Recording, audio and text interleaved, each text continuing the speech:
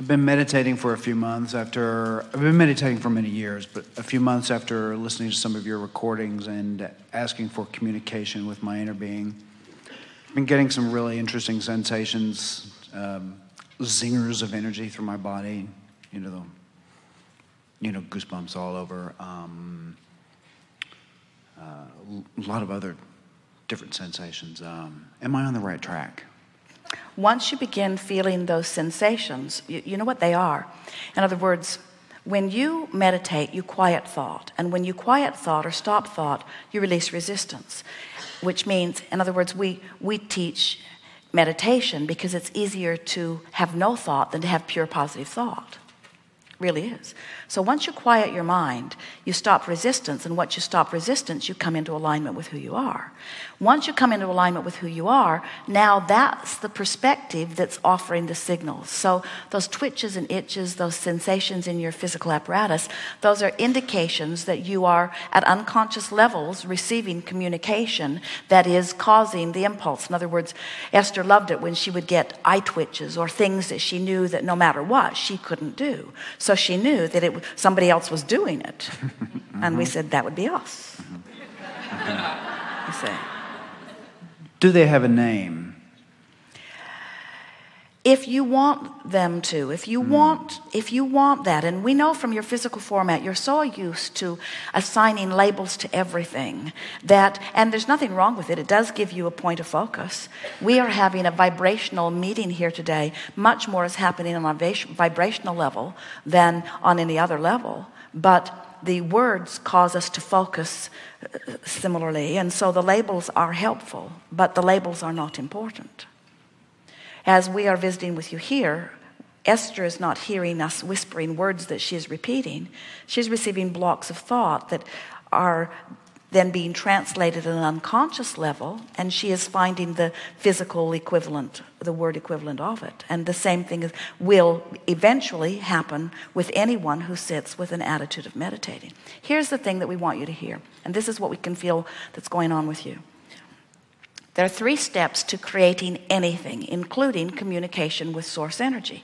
Step 1 is ask.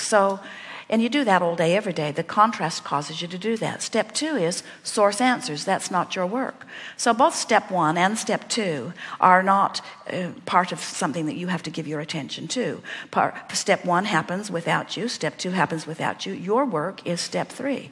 Your work is to come into vibrational alignment with that which you have asked for. So when you are sitting to meditate with the intention of receiving communication, and you are in the step 1 mode in the middle of your meditation, now your meditation is being disrupted and you are not allowing the step 3 mode. Does that make sense to you? In other words, Esther is in step 3 mode right now. She's in an utter state of allowing. You're the step 1 here. We're the step 2. Esther's allowing the step 3. And so it's a tricky thing when you have the question and you're also wanting to receive the answer. So you want to put some distance between the question asking time and the question receiving, the answer receiving time. So we would encourage you to just let life bring the questions forth and keep a log of things that you want to know. And then sit to meditate, and in your mind say to yourself, I'm going to get myself into a relaxed position where I'm going to have a blank slate, so to speak. I'm going to have no thought, and I'm going to feel for those twitches and itches, because that's the indication that I'm tuning in to that broader vibration. And then I'm just going to listen to what occurs to me and just let the thoughts sort of move across your mind. Don't try to have dialogue, especially in the beginning. It's hard even for Esther today. If Esther wants to have a chat with us, she has a conversation with Jerry until she is sure that she's conveyed to Jerry what it is that she wants to know. Then she puts herself totally in the receiving mode, and Jerry has a chat with us, and then Jerry and Esther talk about it later. And Jerry will say, did you get that? And Esther would say, well, it sure feels good, and I sort of kind of got it.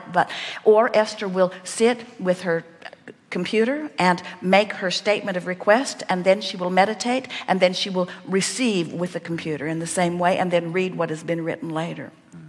Good idea to get a tape recorder so that you could even begin verbalizing the thoughts that are occurring to you. And most of all, and this is the most important thing, do not try to make it happen. Let it happen. You got to know that you're an extension of source energy. You've got to know those lines of communication are open. So when someone talks about blending, and we offered those words originally in this context also, you can't be not blended. You're always blended because you can't cease to be the source energy being that you are. But this alignment can be more or less. You can come into alignment or not be. When you're first born into your physical body, as you're that little infant, before you come, you are in perfect alignment. Almost as soon as you are born, there's a splitting of your energy just because of your vibrational association with your physical world. So you go right to sleep and you come back into alignment. You wake up, there's that little gap. You grow up and you start fussing and worrying about things. You go to bed at night and you sleep and close the gap. You wake up and you fuss and worry some more and spread the gap. You go to sleep and close the gap. You wake up and fuss and worry. You widen the gap between you and you. You meditate. You close the gap. You ask a question during meditation. You sort of widen the gap. You feel unhappy that you aren't hearing the answer. You widen the gap.